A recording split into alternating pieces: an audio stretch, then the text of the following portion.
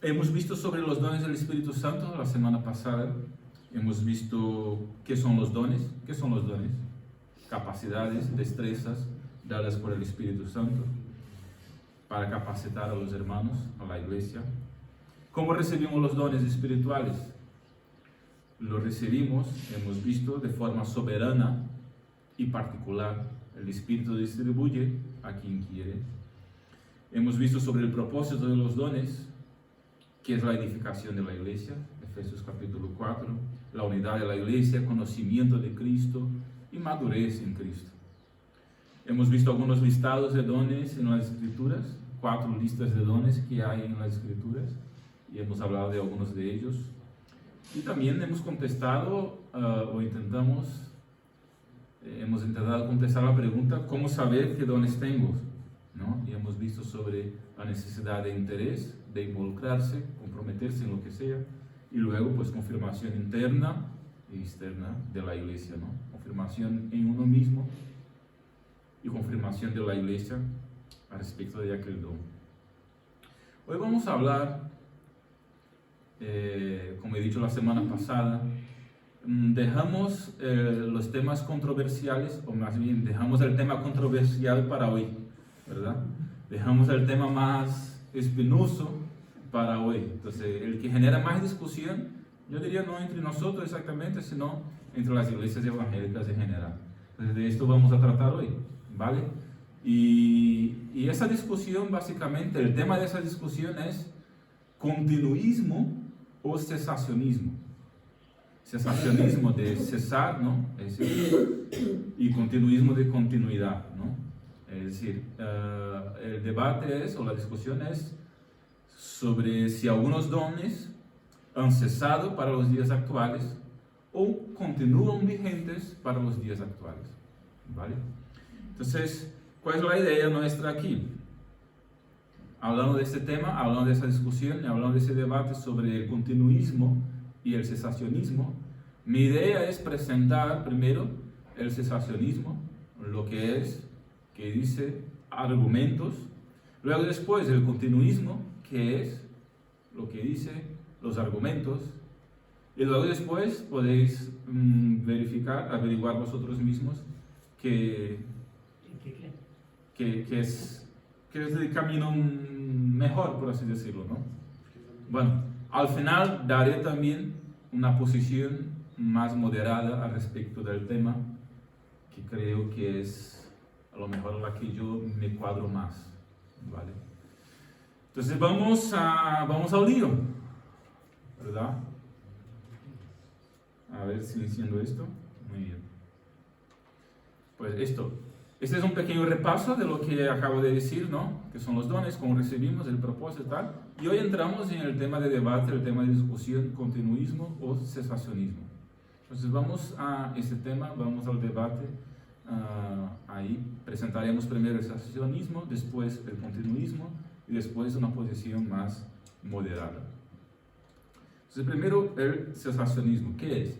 En general, los cesacionistas creen que los dones milagrosos del Espíritu, incluidos ahí principalmente el apostolado, la profecía, las lenguas, las sanidades y los milagros, sirvieron para validar el mensaje acerca de Jesús durante los primeros días de la iglesia. Pero ahora que el fundamento apostólico está echado y el canon de la revelación bíblica está completo, los dones carismáticos, también conocidos como carismáticos o milagrosos, no caracterizan el funcionamiento normal esperado del cuerpo de la iglesia hoy. Es decir, los cesacionistas creen que estos dones llamados carismáticos o milagrosos han cesado con la muerte del último apóstol, ¿vale? Y por lo tanto no están vigentes a día de hoy. ¿Qué dones son estos? Pues mayormente profecía, lenguas, apostolado, milagros y sanidades, ¿no? No exactamente milagros, sino sanidades. Y obviamente en las lenguas ahí, si no están vigentes, pues la interpretación de lenguas tampoco. Vale, pues vamos a ver algunos argumentos que dan los de esta posición. Primero, el fundamento de los apóstoles y profetas. Pablo dice que la iglesia está edificada sobre el fundamento de los apóstoles y los profetas. Efesios capítulo 2, versículo 20. Voy mencionando pasajes, no voy a leer todos. Algunos están ahí, como este. Podéis abrir las Biblias si queréis, ¿vale? De ahí se llega a la conclusión de que todo lo que necesitamos saber para la salvación y la santificación se ha dado a nosotros por medio de la enseñanza de los apóstoles y profetas, y que esta enseñanza se encuentra en las Escrituras.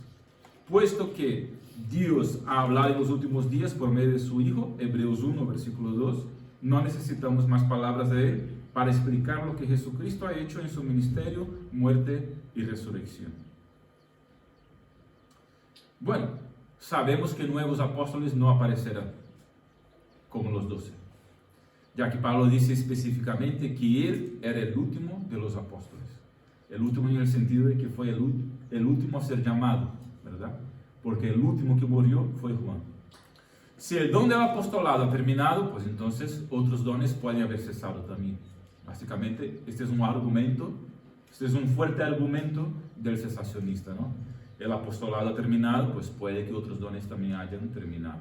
Entonces, el último don del apostolado que tuvo Pablo, el último don del apostolado. Sí, bueno, vamos poco a poco y al final a ver si abrimos para preguntas.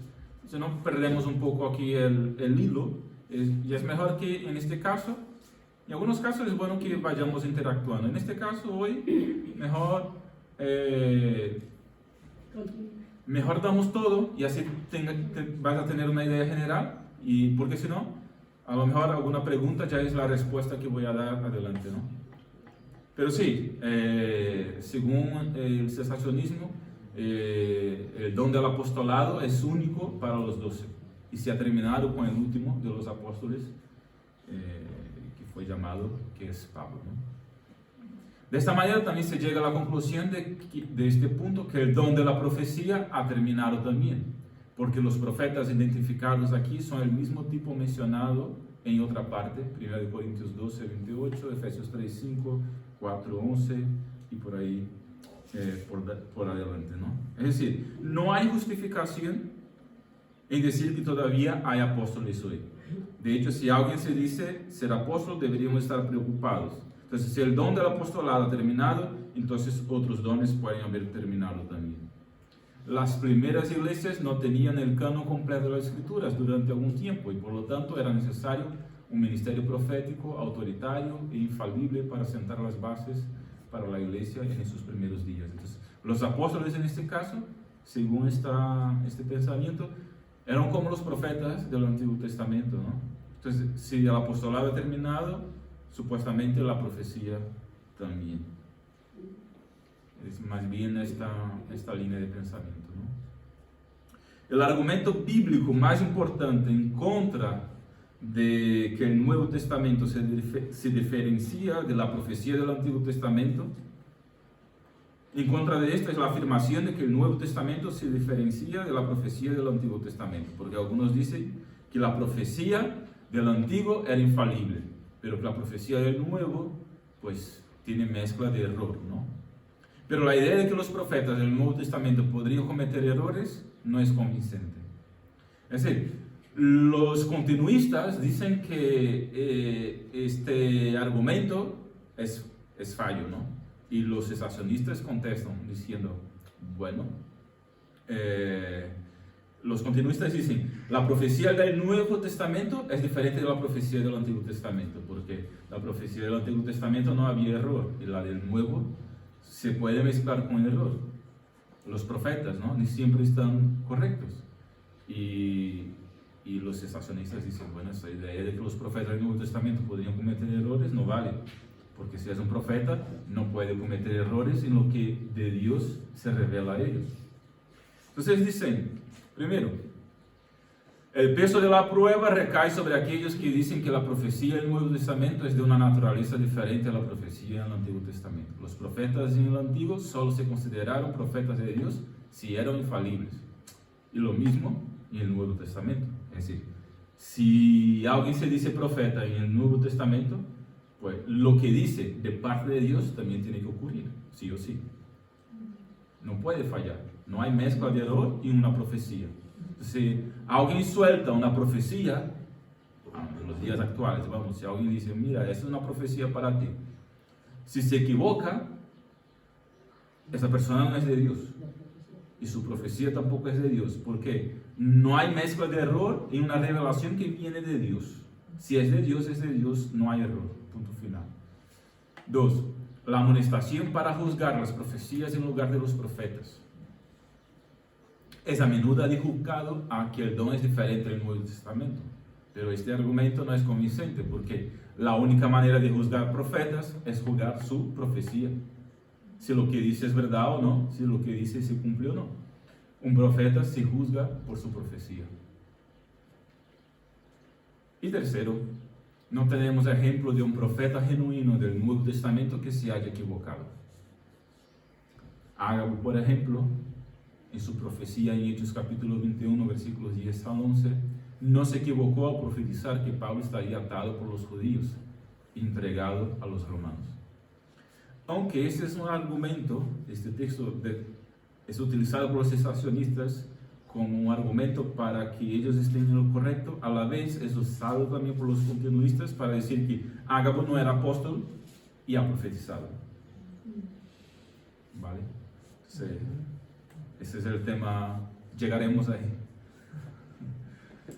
Vale, pues, segundo punto, ¿no? Hablamos un poco del apostolado, de la profecía, el don de lenguas según los cesacionistas. Dicen ellos que, antes de entrar en las lenguas, lo que algunas personas hoy en día, dicen los cesacionistas, llaman profecías, son en realidad impresiones de Dios.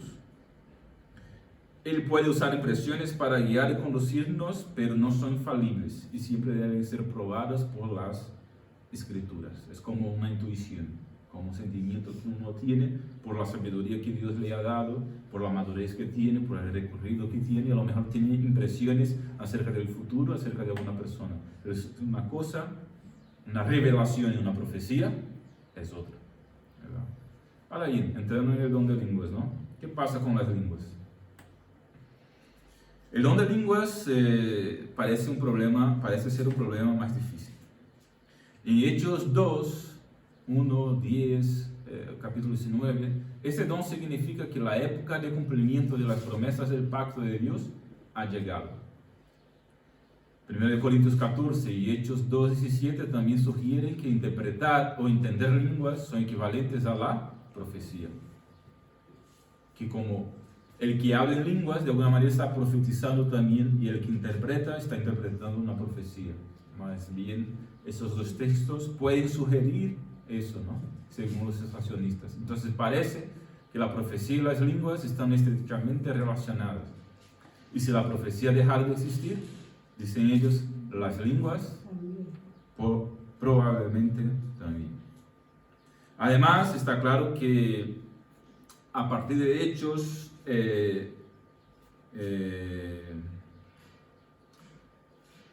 está claro que a partir de Hechos que el don implica el hablar en lenguas extranjeras, ¿no? Hechos 2 ya hemos visto sobre eso. Eran otros idiomas, no exactamente lenguas angelicales. Entonces, no es convincente decir que el don de 1 Corintios 12, 14 es de una naturaleza angelical. La palabra lenguas indica un código lingüístico, un lenguaje estructurado, no vocalizado, etc. Lo que dicen los cesacionistas es que el don de lenguas es el don de hablar otros idiomas, que se les ha dado a los apóstoles en Hechos capítulo 2. Y que lo que se menciona en Corinto de angelicales no es que sea lenguas angelicales en el sentido de otro. Sí, para ellos es otro idioma igual. Simplemente que los que estaban en Corinto no podían comprender porque no sabían este otro idioma. ¿Vale? Esta es la idea, ¿no? Lo que viene abajo. Y que este don tampoco hay hoy día. Y dicen, tampoco en 1 Corintios 13:1, cuando se menciona la lengua de ángeles, apoya la idea de que el don de lenguas consiste en expresiones angélicas. Pablo usa la hipérbole en 1 Corintios 13:1 al 3, exagera cuando se refiere al don de profecía y también exagera cuando se refiere a lo que serían las lenguas, ¿no? Esa es la idea. Y y concluyen diciendo, esto claro, entre los cesacionistas en general hay muchos estudiosos muy buenos, yo estoy cogiendo un poco de cada uno y obviamente pues algunos estudiosos que se dicen cesacionistas pueden añadir otros argumentos y decir otras cosas, ¿vale? Simplemente esto es una idea general, especialmente que he sacado de este autor llamado Thomas Schreiner, no sé si se pronuncia así. Pero este hombre especialmente termina diciendo, puede que lo que está sucediendo en los círculos carismáticos o pentecostales, para decirlo de manera clara, a día de hoy, con respecto a las lenguas, es que el don se ha redefinido para incluir la vocalización libre. Y entonces la gente dice tener el don descrito en las escrituras. Al hacerlo, redefinen el don para dar cabida a la experiencia contemporánea. Entonces, dice, ¿son demoníacas las lenguas contemporáneas? Lo de que uno aprende con el otro a hacer una vocalización de unas palabras que no entiende, y más bien esa es la idea que ellos dicen, ¿no? Que no es que sea el don, es que las personas aprenden a decir unas palabras, escuchando de otras, y empiezan a vocalizar a libre. Y de ahí salen expresiones que consideran angelicales, pero la verdad no las son. Ahora bien, dice él, ¿es esto demoníaco? Bueno, dice que no. Afirma Thomas Schreiner, ¿no? Y añade algo muy interesante. Estoy de acuerdo con J.I. Packer, otro gran estudioso que también es sensacionista, que dice que la experiencia que se ve en las iglesias pentecostales o las iglesias carismáticas, los que creen en el don de lenguas, es más una forma de relajación psicológica. A ver, yo estoy dando argumentos de ellos, ¿vale? Todavía no he dado mi opinión, ¿de acuerdo? Solo para dejarlo claro. Y en este primer punto, cesacionismo, estoy dando simplemente argumentos, presentando y dando argumentos a respecto de ellos. Luego en el continuismo presentaré y daré argumentos. Al final hablaré más de lo que pienso, ¿de acuerdo? Antes de que pensar, el pastor está enseñando eso o aquello, no. Estoy presentando las dos primero, ¿de acuerdo? Vale, vamos al siguiente milagro, ¿ves? Al siguiente don, milagros y sanidades. Dice, ¿qué pasa con los milagros y sanidades? ¿Todavía están vigentes para hoy? Dicen los sensacionistas, que en primer lugar, se cree que Dios todavía sana y hace cosas milagrosas. Y se debe orar por tales obras de milagro. Entonces, esto es un punto importante, ¿no? Este presupuesto. Ahora bien, la escritura no es tan clara en este asunto y por lo tanto estos dones podrían existir hoy. Sin embargo, la función principal de estos dones era acreditar el mensaje del Evangelio, lo que confirma que Jesús era Señor, era el Señor y Cristo, ¿no? Aún así, dice este hombre, Thomas Schreiner, dudo que el don de milagros y sanidades existe hoy en día, ya que no es evidente que los hombres y mujeres en nuestras iglesias tienen tales dones. Ciertamente Dios puede sanar y obrar milagros, y en ocasiones lo hace, pero ¿dónde están las personas con estos dones? ¿Has conocido a alguna persona? Su pregunta es, ¿has conocido a alguna persona con don de sanidad? Que literalmente ora por una persona y la persona se queda sana al momento. Más adelante va a decir Thomas Schreiner, no estoy hablando de sanidad del tipo, ha mejorado mi espalda, tenía un dolor de cabeza y estoy mejor, o tenía un dolor en el estómago o en el intestino, o lo que sea, he tomado unas pastillas, pero el Señor ha bendecido, estoy bien, o tenía un dolor aquí. No, él dice, ¿has visto a alguien orar por un ciego? Y esta misma persona después orar por un paralítico, un cojo, y justo después de que esta persona que tiene el don orara, pues la persona se quedara sanada, empezar a andar, empezar a ver, empezar a escuchar, etc. Entonces él dice que nunca ha visto y conoce a otras personas que nunca han visto también. Es decir, ¿dónde están estas personas con estos dones? Obviamente dice que el Señor puede hacer eso, pero a lo mejor lo hace no exactamente por medio de una persona que tiene el don, sino por alguna ocasión rara en algún momento para algún propósito específico.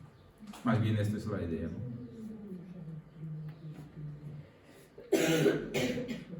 Las afirmaciones de milagros y sanidades deben ser verificadas, así como el pueblo verificó la sanidad del ciego en Juan 9.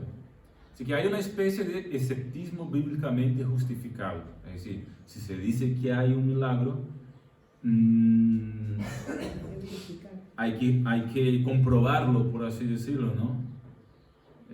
Entonces, esto está bien, esta verificación, ¿no? Ahora, es posible que Dios en situaciones misioneras de vanguardia conceda milagros y señales y prodigios para acreditar el Evangelio y el predicador, como lo hizo en los tiempos apostólicos. Afirma ellos, sí. Como alguien que ha ido a mitad de una jungla a hablar con gente de la selva que nunca, que no sabe leer ni escribir ni nada, y allí hay una confrontación de poder y Dios ahora de manera milagrosa, sanidades, etcétera, por medio de un misionero o una misionera o quien sea. En este caso específico, él dice que sí, bueno, eso es posible. Que en este caso hay un contexto y un propósito específico, ¿no? Pero dice él, o dicen ellos, que eso no sería el modelo regular y normal de las iglesias en general, ¿no? Vale, ¿lo tenemos?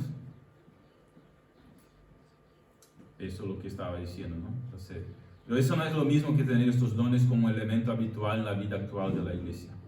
Si las señales y milagros de los apóstoles regresaron, deberíamos ver a los ciegos recibir su vista, los cojos andar y los muertos resucitar. Y es que la capa de Pedro sanaba. La capa. ¿Habéis leído eso, no? Sí. Que no podía ir a tal sitio. Envía la capa y esto es don. Es decir, el poder estaba en Pedro, en el sentido de que el Espíritu le había dado a él, ¿vale? De manera que incluso su capa sanaba, ¿vale? Entonces, esto es el don. No es que cualquiera oraba, es que el don estaba con la persona. Obviamente, el don lo tiene la persona, porque el Espíritu se lo da a una persona el don. Si yo tengo el don de enseñar, pues el don lo tengo yo. Si tú tienes el don de hospitalidad, el don lo tienes tú. ¿Me explico? Entonces, otra persona que no tiene el don no hará lo mismo que tú haces. El que tiene el don de sanidad, pues va a sanar porque el don está en él, porque el Espíritu se lo ha concedido y no ha concedido a otro. Entonces el otro no va a hacerlo. Puede orar cuando quiera.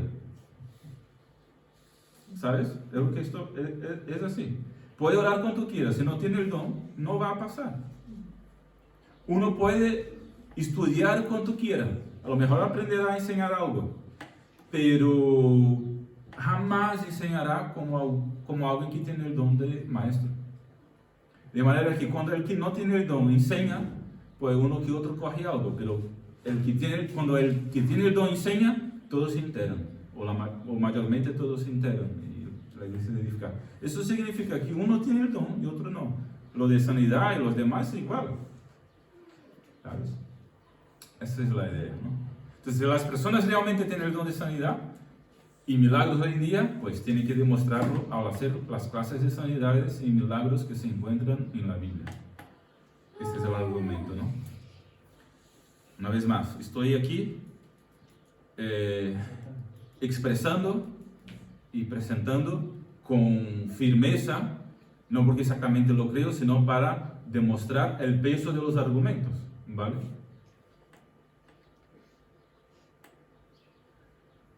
Muy bien, para terminar esa parte del cesacionismo, contradice 1 Corintios 13, 8 al 12 la opinión cesacionista. ¿Qué dice 1 Corintios 13, 8 al 12?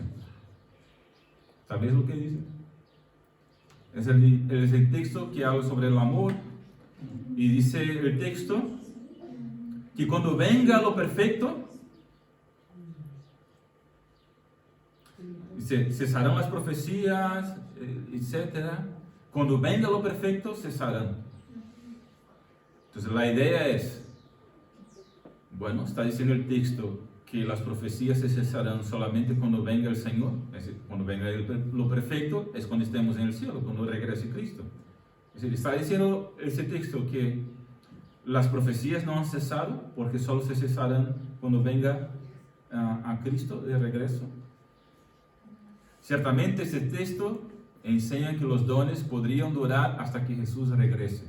No hay enseñanza definitiva en la Biblia de que los dones hayan cesado. Reconocen los cesacionistas.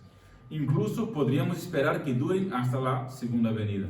Pero se ve en indicios de Efesios 2:20 y otros textos que los dones milagrosos han desempeñado un papel fundamental en su tiempo.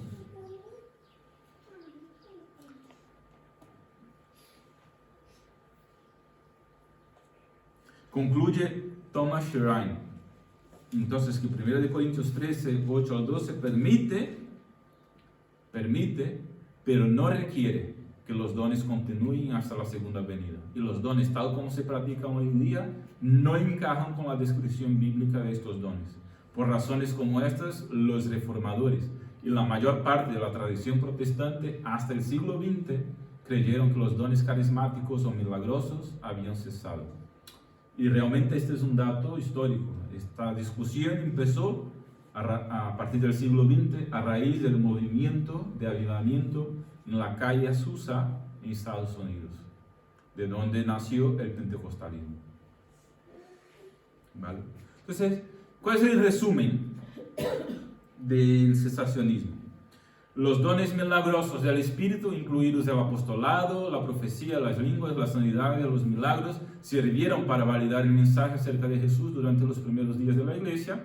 Estos dones están relacionados con el canon de las Escrituras, y en el sentido de que todos son dones reveladores de parte de Dios. Si bien la sanidad y los milagros sirvieron simplemente para testificar de la autoridad de los mensajes apostólicos, el contenido de los dones de profecía y de lenguas interpretadas proporcionó la revelación y la guía necesaria para la iglesia primitiva. Es decir, era importante para el principio de la iglesia, para autenticar el mensaje apostólico y el fundamento que ellos estaban dando a la iglesia en aquel tiempo.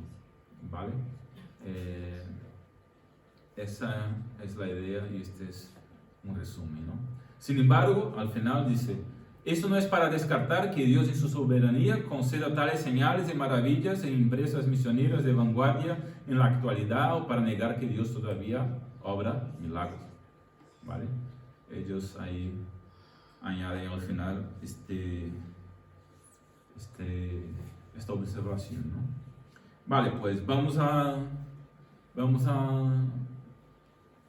la otra parte, ¿vale? Vamos a continuar con el continuismo. Vamos al otro extremo. ¿Qué dice? En general, la doctrina continuista afirma que ningún don, es decir, ningún carisma presentado en el Nuevo Testamento como disponible para la iglesia primitiva ha cesado de funcionar, sino que todos los dones continúan vigentes y están disponibles para la iglesia, para la edificación de la iglesia, incluidos los dones llamados milagrosos o carismáticos. Ahí lenguas, profecía, etc. No incluye exactamente, ahí hay en el continuismo un detalle, ¿no? No incluyen exactamente el apostolado, sino más bien llaman el apostolado de un oficio y ahí diferencian, ¿no? Entonces, por eso he dicho que el argumento del apostolado para los cesacionistas es muy fuerte, ¿no? Porque realmente los continuistas tienen una dificultad con el tema del don del apostolado. Y ya veremos algo sobre eso más adelante. Bueno, argumentos para el continuismo. Primero, una amplia evidencia, según afirma, ¿no? Uno de los argumentos de los cesacionistas es que los dones milagrosos fueron dados al principio de la iglesia para autenticar la obra de los apóstoles. Pero hay numerosas evidencias en el Nuevo Testamento de los llamados dones milagrosos entre los cristianos que no son apóstoles. Lo que decía antes, ¿no? los estacionistas utilizan el texto de Ágabo, que era profeta. Pero bueno, esa es una buena evidencia para el continuismo, que no era un solo profeta de los apóstoles, que había otros profetas. Y la verdad, en el mismo versículo dice que las 4 hijas de Filipe profetizaban. Las 4 hijas de Filipe, el diácono, profetizaban. No nos dice qué profecías eran, pero dice que profetizaban, entonces seguramente buenas profecías y que se concretizaban, ¿no? Y luego narra la profecía de Ágabo al respecto de Pablo, ¿no? Entonces, vamos a ver aquí, por ejemplo, los dones milagrosos en otras personas que no eran apóstoles. Hay un listado enorme. Los 70 que fueron enviados, al menos 108 personas entre los 120 que estaban reunidos en el aposento alto en el día de Pentecostés. El Espíritu vino sobre todos ellos. Esteban en Hechos 6, 7. Filipe en Hechos 8, que obraba maravillas también. Ananías, que sanó a Pablo de estar ciego, ¿verdad? Miembros de la iglesia en Antioquía, en Hechos capítulo 13, se menciona que tenían dones de esta llamados milagrosos. Los conversos anónimos en Éfeso. Luego vemos también la mujer en Cesarea, los hermanos sin nombre mencionados en la carta a los Gálatas, los creyentes de Roma, etcétera, etcétera, etcétera. Es decir, hay mucha evidencia de que estos dones llamados carismáticos y milagrosos no fueron dados solamente a los apóstoles, sino que había muchos otros creyentes y también lo han tenido, ¿vale? Entonces ese es un argumento para decir que esto de que son dones solamente para autenticar el mensaje apostólico y lo que los apóstoles dijeron y la doctrina de los apóstoles, pues no es muy buen argumento, porque estos dones los tenían otros hermanos también. ¿Estamos? ¿Me estáis acompañando, no? ¿O un poco cansado? También existe la continuidad o la relación espiritualmente orgánica entre la iglesia en Hechos y la iglesia en siglos posteriores. Nadie niega que fue una época o periodo de la iglesia primitiva que podríamos llamar apostólica. Debemos reconocer la importancia de la presencia física y personal de los apóstoles y su papel único en sentar las bases de la iglesia primitiva. Pero en ninguna parte se sugiere que ciertos dones espirituales estaban ligados únicamente y exclusivamente a los apóstoles, o que los dones cesaron con los apóstoles, murieron. De hecho, no hay ningún versículo, ningún texto que diga esto de manera clara y objetiva. Hasta mismo porque si hubiera, pues no habría discusión. Entonces la discusión hay porque no hay un texto claro a ese respecto. Entonces, relacionado con el punto anterior, es lo que Pedro dice en Hechos 2 con relación a los dones milagrosos. Es una característica de la nueva era del pacto de la iglesia. Este es otro estudioso muy bueno, Donald Carson, así como J.I. Packer del otro lado, pues también muy bueno. Ahí tenemos teólogos, vamos, de élite y muy buenos que están de ambos lados. Y este Don Carson dice: la venida del Espíritu no se asocia únicamente con el amanecer de la nueva era, pero con su presencia, no solo con el Pentecostés, sino con todo el periodo desde Pentecostés hasta el regreso de Jesús. O de nuevo, los dones de profecía y de lenguas no se presentan como meramente inauguradores de la nueva era de pacto, sino como lo que lo caracteriza. Lo que está diciendo es que estos dones no solamente inauguran la era que vivimos hoy, estos dones no solamente son algo, no, estos dones son como una marca que caracteriza el tiempo que vivimos. Esto es más bien exactamente lo que dice la teología pentecostal, que los dones milagrosos o carismáticos deben caracterizar a la iglesia porque es para este tiempo, ¿no? Y es la idea continuista. También hay que tomar en cuenta, volvimos al mismo texto de 1 Corintios 13:8 al 12, que es un texto de discusión de ambos lados, ¿no? Aquí Pablo afirma que los dones espirituales no pasarán hasta la llegada de lo perfecto. Por lo tanto, dicen ellos, no han cesado y no cesarán hasta que venga Jesús.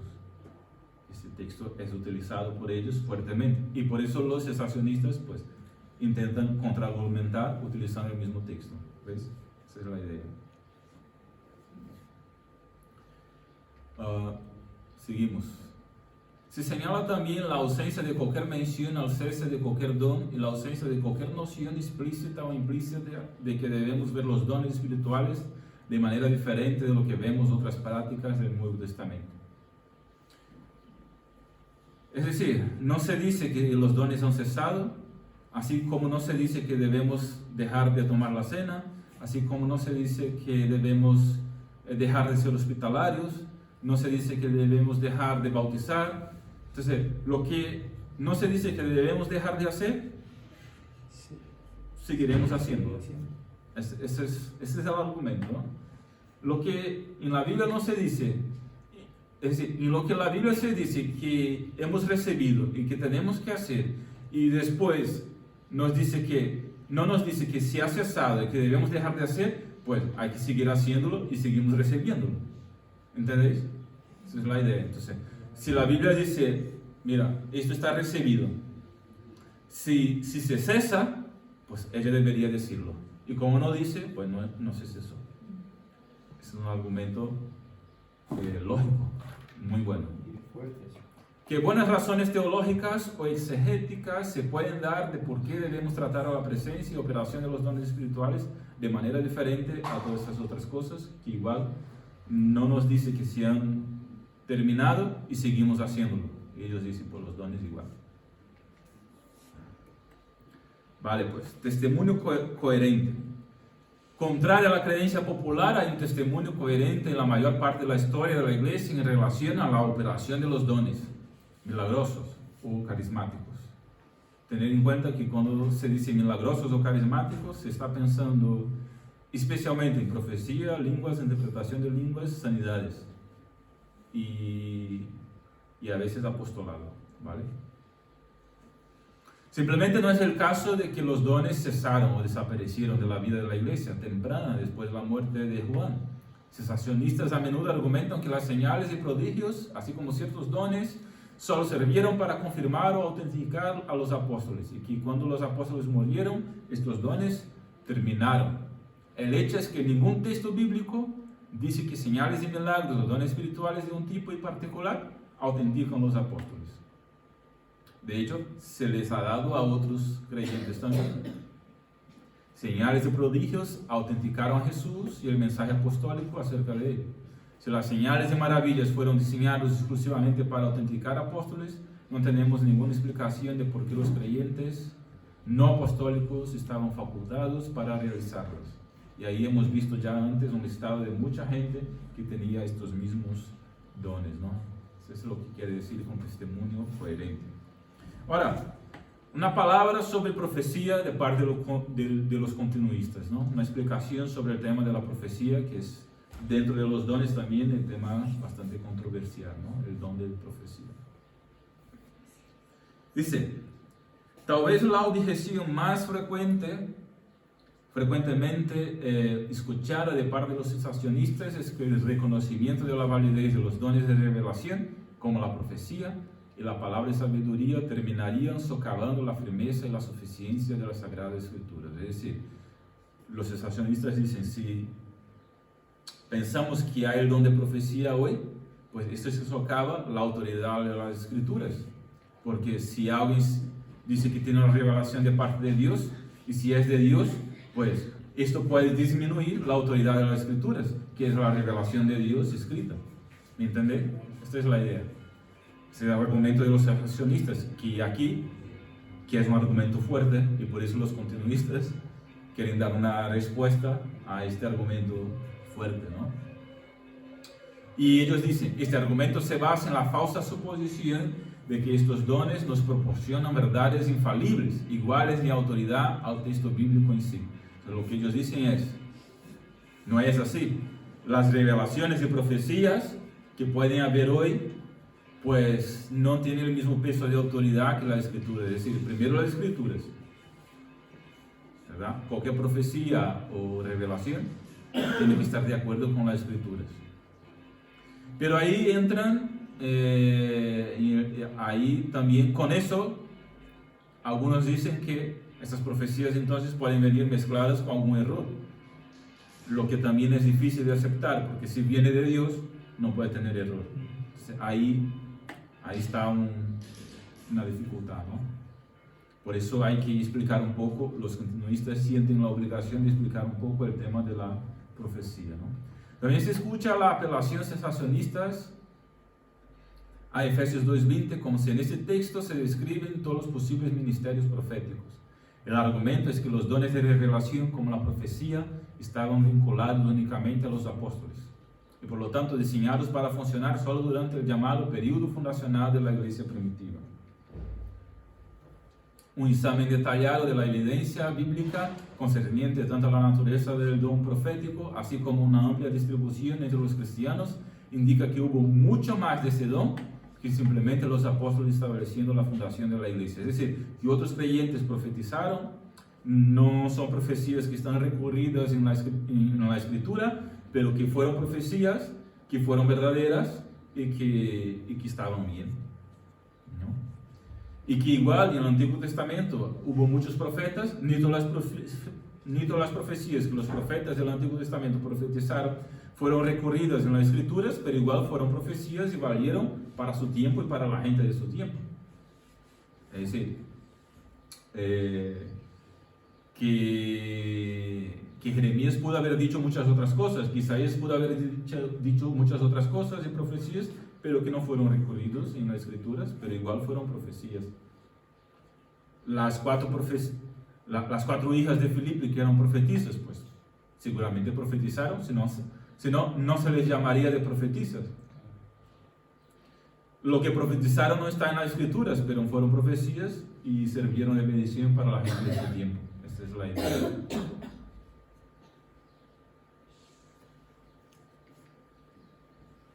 Por último, dicen ellos, aunque no es técnicamente una razón o argumento para ser un continuista, no se puede pasar por alto la experiencia. El hecho, dice Sonny Storms, otro estudioso ahí continuista, pastor, es que he visto todos los dones espirituales en funcionamiento, dice, probados, confirmados y experimentados de primera mano en innumerables ocasiones. Y es que esto también me parece a mí un argumento muy fuerte, que hombres realmente de Dios, que se les reconoce como hombres honrados de Dios, éticamente honestos, etcétera, etcétera, etcétera, dicen y reconozcan y hayan visto, y ellos mismos dicen que ellos viven estos dones. Eso no es un argumento bíblico, es un argumento de la experiencia, pero es un argumento también fuerte, ¿no? Como se ha indicado, esto es una razón inferior para convertirse en un continuista, siendo más una confirmación de la validez de esa decisión. La experiencia, al margen del texto bíblico, prueba poco, pero la experiencia ha de tenerse en cuenta, sobre todo si muestra o encarna lo que se ve en la palabra de Dios. Paramos aquí un momento. He presentado resumidamente, ¿vale? No penséis que he ido a lo profundo, porque hay mucho más cosas ahí, pero he presentado resumidamente, dentro del tiempo que tenemos, la posición cesacionista, de que los dones han cesado, y la posición ahora continuista, de que los dones carismáticos o milagrosos siguen vigentes. ¿Qué tal? Antes de que yo diga o comente una posición más moderada y más o menos el camino que yo personalmente tomo, ¿qué os parece? ¿Alguna duda hasta aquí? ¿Alguna pregunta? Yo lo veo muy bien. Cada uno tiene su argumento y lo veo perfecto. O sea, que sé que cada uno tenga su argumento está perfecto, ¿no? Sí, está perfecto porque siempre y cuando esté la palabra de Dios, y si la palabra no habla, es porque Dios ha dejado que el hombre decida. Sí, tener en cuenta que es un tema secundario de alguna forma, ¿no? es un tema para dividirnos, aunque ha dividido muchas iglesias y por eso hay muchas iglesias. Obviamente, yo por ejemplo,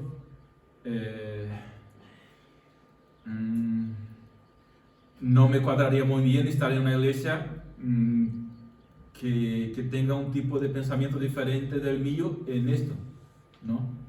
Porque es una cuestión muy práctica y muy de experiencia. Pero se respeta mucho y se entiende perfectamente, ¿no? Por eso digo que es un tema secundario, no tiene que ver con la salvación, no tiene que ver con los fundamentos de la fe.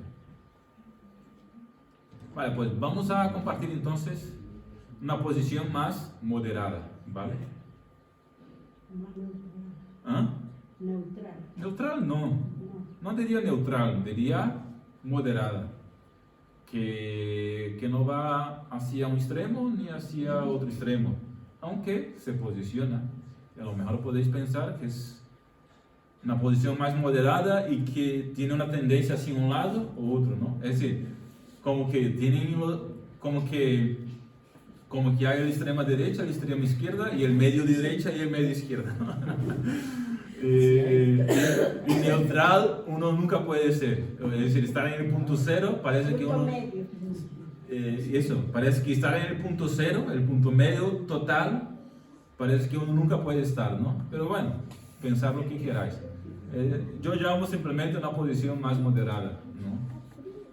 Dice, para comenzar tenemos que reconocer que esta controversia tiene realmente su inicio a principios del siglo XX, con el levantamiento de la calle Azusa en California y el nacimiento del movimiento pentecostal.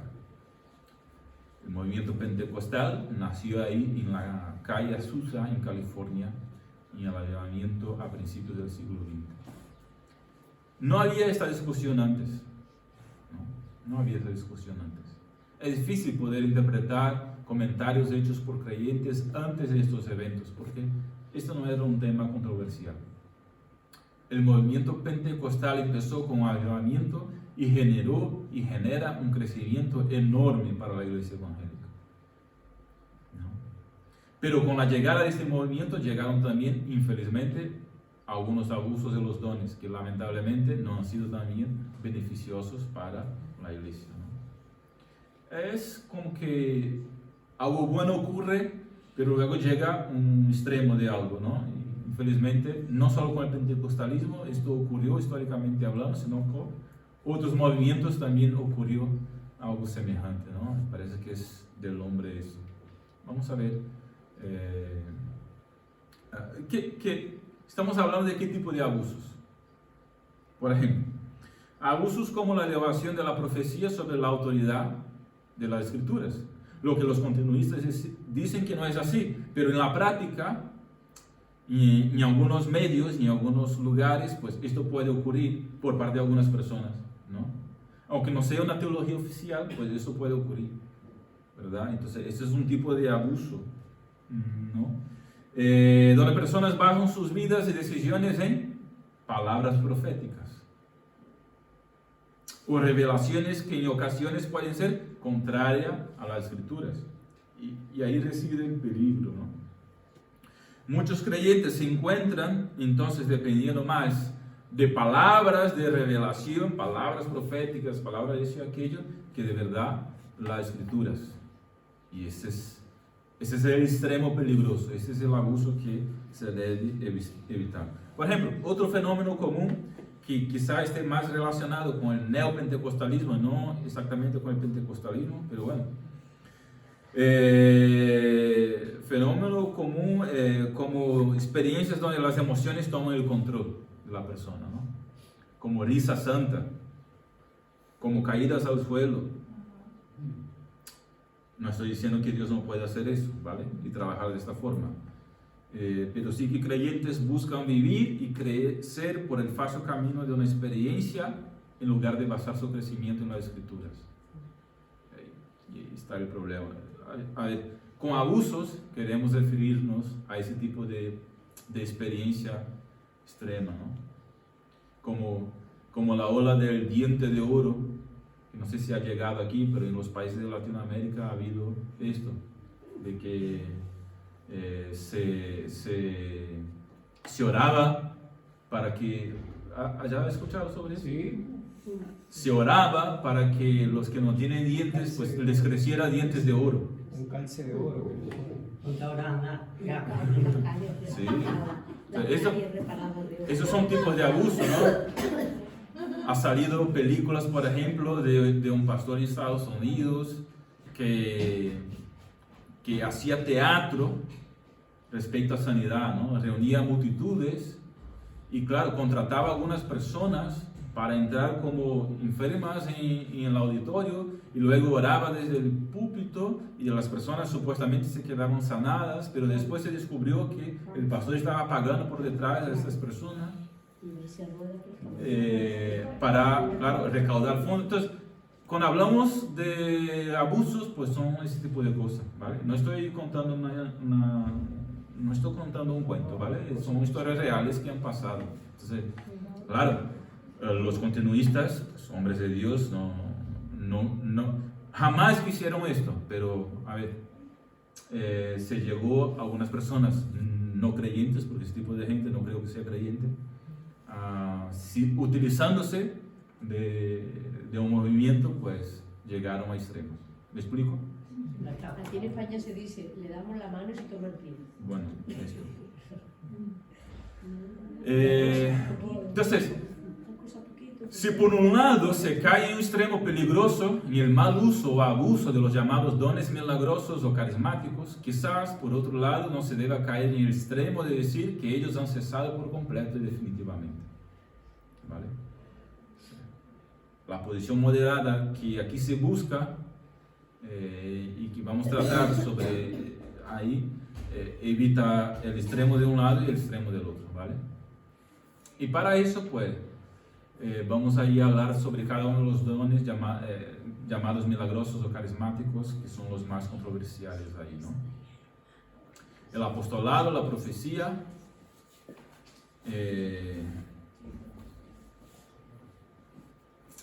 las lenguas, la interpretación de lenguas y las sanidades. Lo primero es reconocer que aquí el cesacionismo tiene un precedente muy fuerte, ya que realmente el oficio apostólico, para el cual era necesario el don apostólico, ha cesado con la muerte de los 12 apóstoles. Eso está claro, eso no se puede tocar.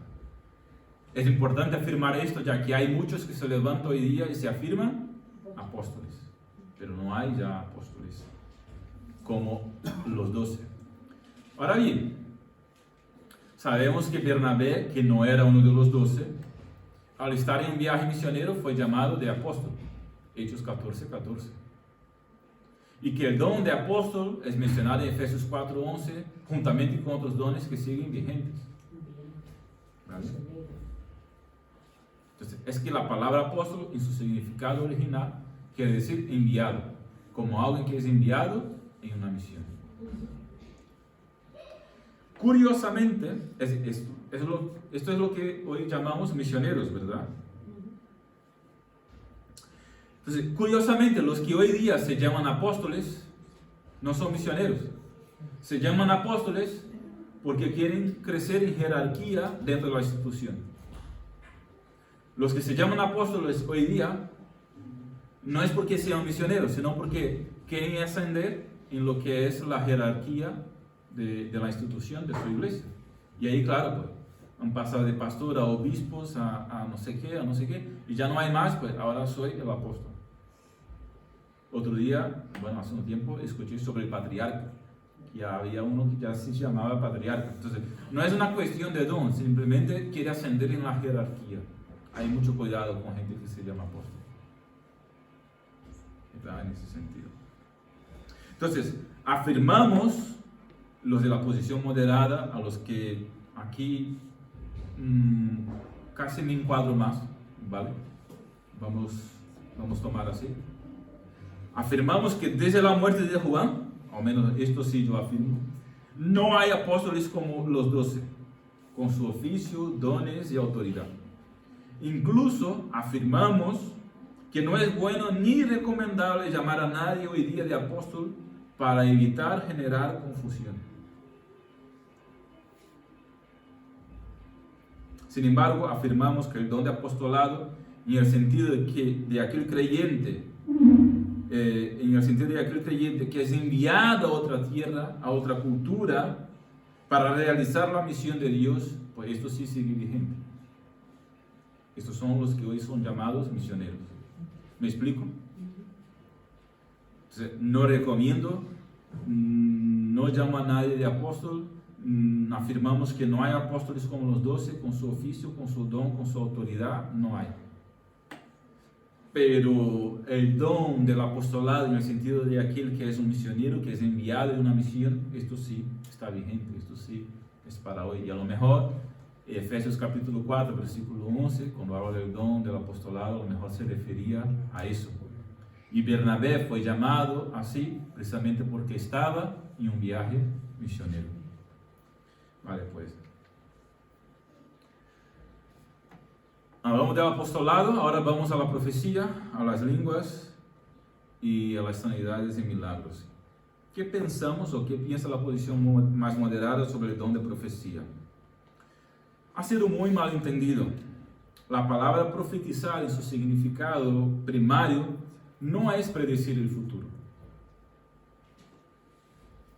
En 1 Corintios 14, versículo 3, dice: el que profetiza habla a los hombres para edificación, exhortación y consolación.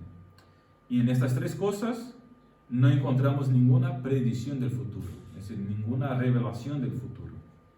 No tenemos Apocalipsis. ¿Ah? Que para eso ya tenemos Apocalipsis. Entonces, la palabra profetizar, la profecía en el sentido primario tiene que ver con compartir la voluntad de Dios. Interpretar la voluntad de Dios para el pueblo, ¿no? Ahora, bien, de una manera secundaria, el profetizar sí significa la predicción del futuro.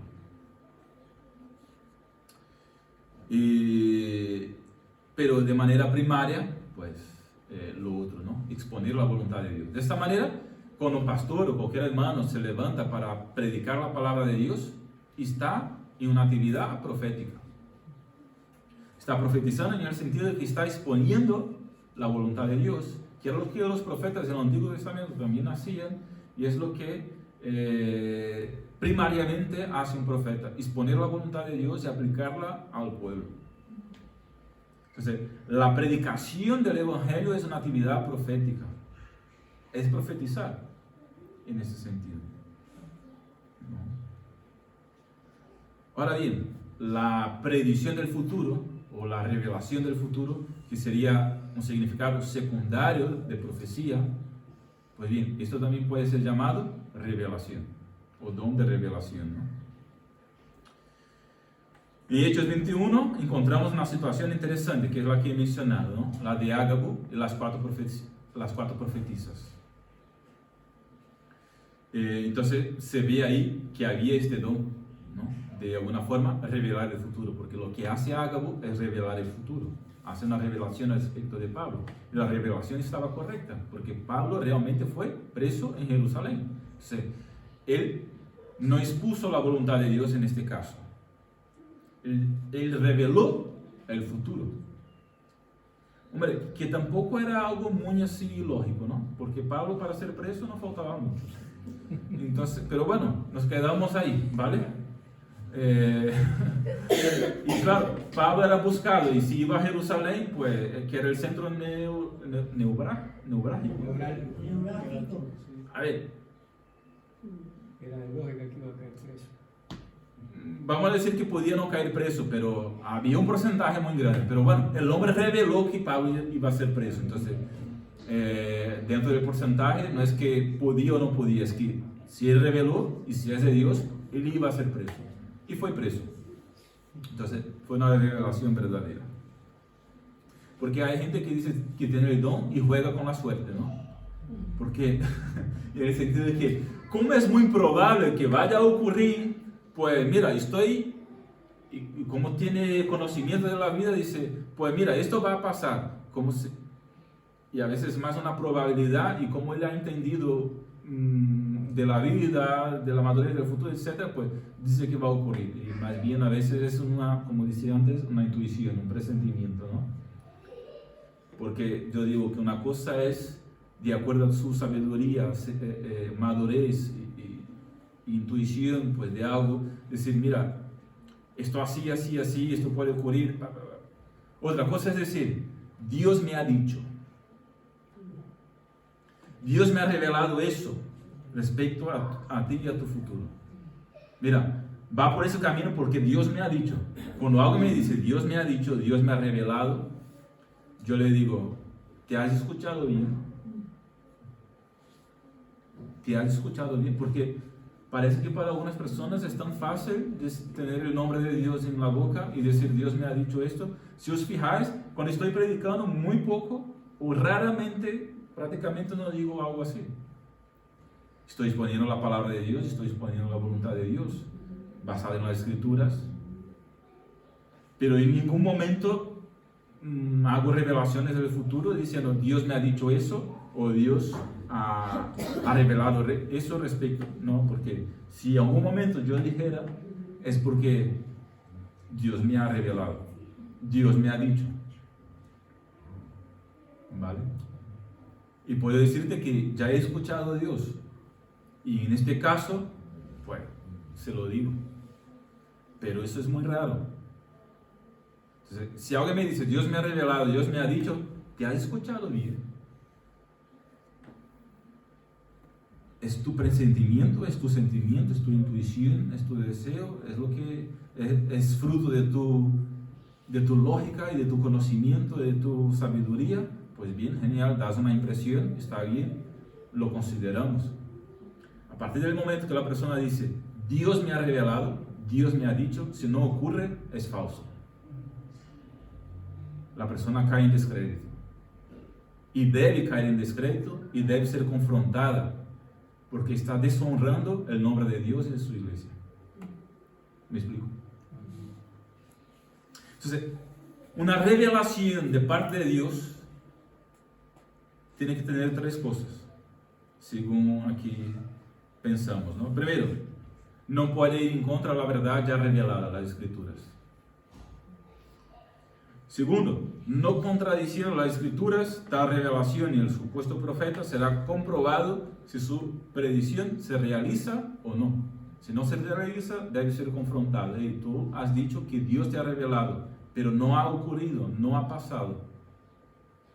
Tú estás deshonrando a Dios. Cuidado con lo que dices.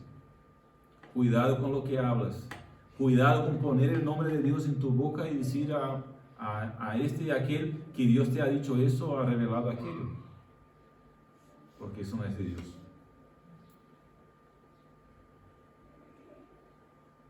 Y así evitamos que la persona siga por ahí dando profetada. ¿Ya ves conocido gente así? Va por ahí dando profetada. ¿Es lo mismo que Dios me ha transmitido? Dios me ha transmitido. Es otra expresión para decir, Dios te ha transmitido. ¿Cómo Dios te ha transmitido? ¿Qué está diciendo? Es lo mismo que decir, Dios me ha dicho. Dios me ha transmitido. ¿Vale? Si está en la palabra, lo ha hablado. Si está en la palabra, lo ha hablado claro, pero ¿te ha transmitido cómo? ¿Has tenido una visión? ¿Has tenido una revelación? ¿Te ha dicho a tu cabeza? ¿Te ha transmitido a tu cabeza de manera audible? ¿O un sueño o lo que sea? ¿Te ha dado una revelación? Entonces tiene que ocurrir. Ahora bien, si lo que la persona quiere decir con Dios me ha transmitido es que ella tiene un presentimiento al respecto de algo, pues eso no es que Dios le haya transmitido. Dios puede haberle dado sabiduría. Dios puede haberle dado madurez. Dios me ha dado a mí y a muchos hermanos y creyentes, pues, sabiduría, conocimiento, entendimiento del contexto, de la vida, madurez, etc. Y podemos aconsejar a las personas de acuerdo a eso y indicarles caminos y tal. Pero si yo digo, Dios me ha transmitido este mensaje para ti. A ver, si es un mensaje transmitido por Dios, esto si no ocurre, yo estoy dando falso testimonio. ¿Me explico? Ese es el punto. Entonces, yo creo que Dios puede revelar. ahora os lo digo, pero ojo, cuidado. Cuidado, tampoco es tan frecuente como se dice por ahí. Y esto, primero, tiene que estar de acuerdo con la escritura. Segundo, tiene que ser comprobado. Si no es comprobado, la persona tiene que ser confrontada. Otra cosa que debería usted tener en cuenta, en mente, cuando hablamos del tema de la revelación, es que una cosa es una revelación de Dios, otra cosa es una intuición o presentimiento personal, lo que estábamos diciendo aquí antes, ¿no? ¿Vale? Entonces, una cosa es que el creyente diga, he tenido una revelación de Dios al respecto de eso, o Dios me ha dicho que va a pasar eso, y otra cosa es decir, mira, me parece que este no es buen camino, me parece a mí, según mi comprensión, mi sabiduría, que obviamente Dios me ha dado, pero que no es una revelación final. ¿Me explico la diferencia?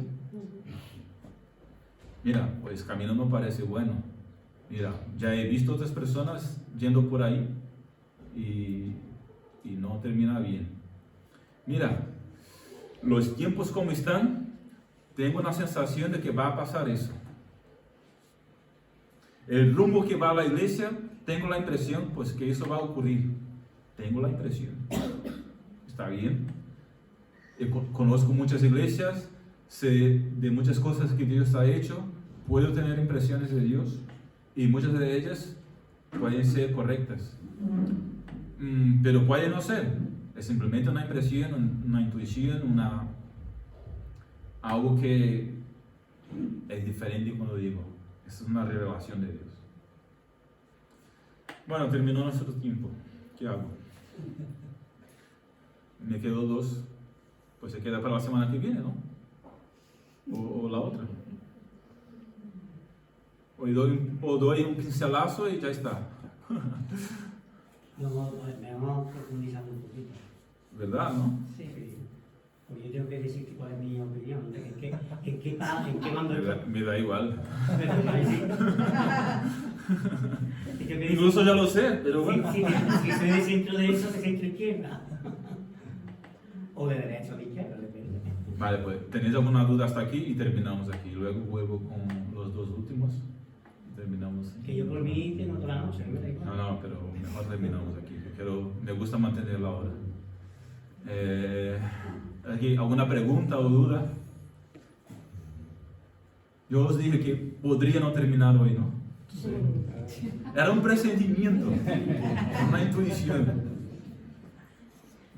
No que Dios me hubiera revelado, pero como ya conozco más o menos las cosas, tenía ese presentimiento. Entonces los dones son 2 problemas. Sí. Nosotros tenemos que buscar, ¿no? Pero también el error que cometemos es que coger dones que tú no tienes. No puedes coger lo que no tienes. No, yo quiero subir al púlpito.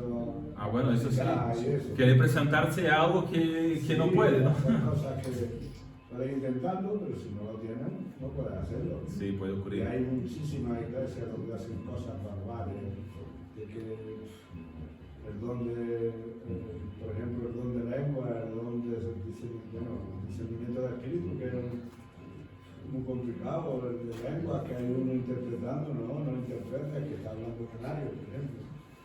Y tomarse esos dones a su antojo. Hay iglesias que se lo toman para beneficio. Yo digo siempre, mira, yo animo siempre a que se intente de todo. ¿Vale? Ya dije la semana pasada, una de las cosas para descubrir los dones que uno tiene es intentar hacer de todo o disponerse a todo, ¿no? Y estar ahí. Pero bueno, cuando uno se da cuenta que no es lo suyo, pues no es lo suyo. Y además, si la iglesia también sabe y ve que no es lo suyo, pues no intentar entrar por puerta que no está abierta. Entonces, si no tiene, pues ve al próximo camino, ¿no? Ve a lo siguiente. No significa que no tengas ningún don, lo tendrás. Es simplemente cuestión de buscar y encontrar. Ahora bien, si uno cree que puede orar y buscar mejores dones, y bueno, eso puede orar y a ver si Dios se lo concede, porque una cosa también es buscar y otra cosa es que Dios por el Espíritu de Dios, se lo concedo, ¿no? Entonces, dos cosas distintas. Pablo dijo, ¿no? Buscar las profecías, buscar el don de profecía, que es mejor que el de lenguas. Bueno, porque el de lenguas edifica a uno a sí mismo, el de profecía edifica a la iglesia. Precisamente porque la profecía tomada en el sentido primario de exponer la voluntad de Dios, esto sí edifica más la iglesia. Porque se expone la voluntad de Dios y se aplica la voluntad de Dios al pueblo y ahí la iglesia es edificada, ¿no? Entonces, el don de profecía sigue con los maestros, los obreros, los pastores, los que predican la palabra, vamos, los creyentes que predican la palabra desde el púlpito o en las calles, en el sentido primario. Yo de lo que hemos estado hablando esta tarde, de lo que tú has estado exponiendo, como tú dices, son temas secundarios, porque lo que verdaderamente la iglesia, pues, creer que Cristo es Dios, un solo Señor, la palabra, todas esas cosas son los más importantes. Estos temas son más secundarios, pero sí que tenemos que tener cuidado, como tú has dicho bien, de los extremismos, de las cosas que hay, los extremos. Entonces, yo veo que profecía, cuando Dios dice, habló, en su palabra dice, y habló por los profetas, y ahora nos ha hablado por su Hijo, yo veo ahí que la revelación la tenemos en la palabra de Dios. Entonces la profecía está escrita en la palabra de Dios. Como tú has dicho, si hay algo que se dice que no está conforme a la palabra de Dios, no es de Dios. Claro. Hay que probarlo. Y luego lo de los apóstoles, y yo no me quedo tanto como que los apóstoles eran los que tenían solamente las señales. Había también en la iglesia mucha gente, como tú has dicho, que tenía don de profecía, de sanidad, de todo eso. Pero yo veo también que la persona que tenga el don de sanidad no puede sanar hoy y mañana no. O sea, el que lo tiene, lo tiene. Sí, lo que Si decía. tú oras por una persona y se cura, es porque Dios ha querido que se sane. Y a lo mejor tú misma oras otro día por otra persona y no se cura porque Dios no ha querido que se cure. Sí. Pero ya los extremismos estos que hay de que te pongo las manos y sales corriendo, no que te haces ruedas y cosas, eso hay que tener mucho cuidado. Eso es lo que yo veo. Y de la lengua y todo eso, como ya nos ha dado, me quedo callada. Ya veremos más adelante.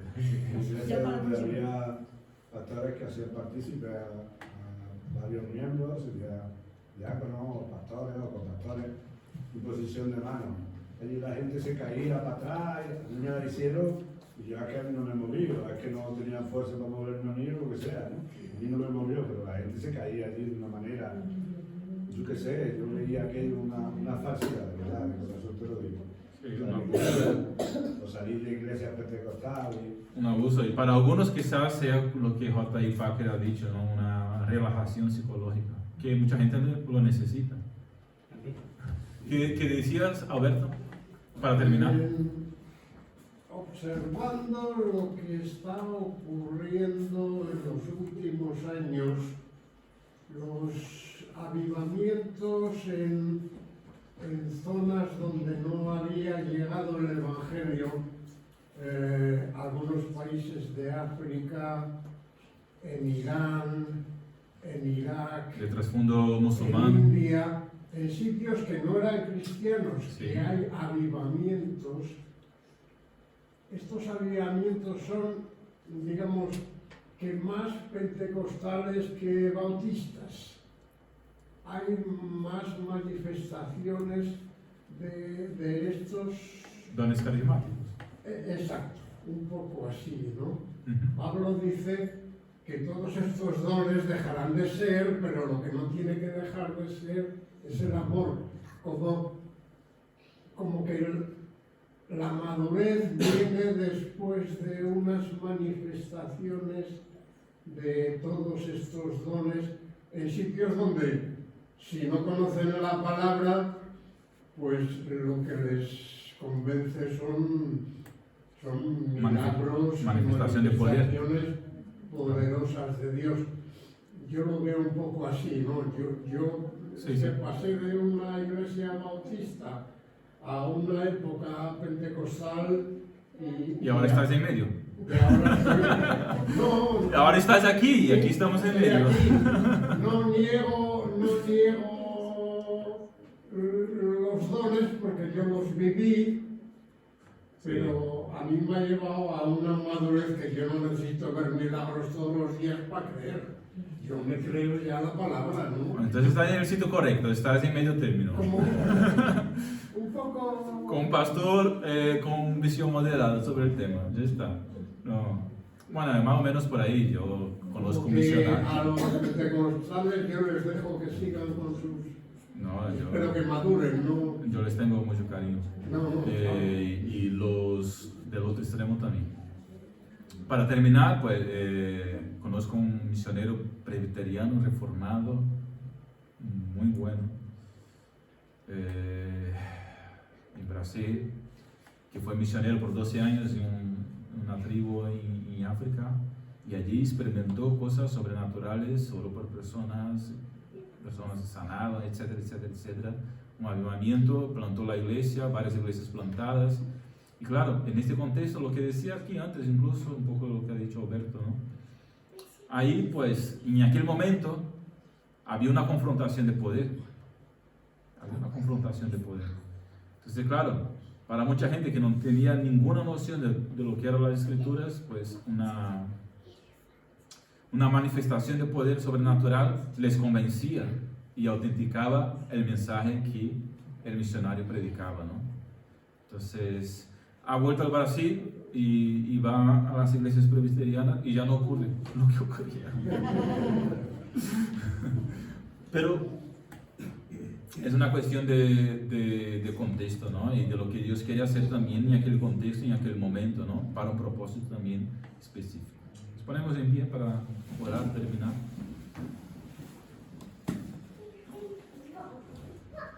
Como he dicho, es un tema secundario, pero un tema importante de comprender y de que la iglesia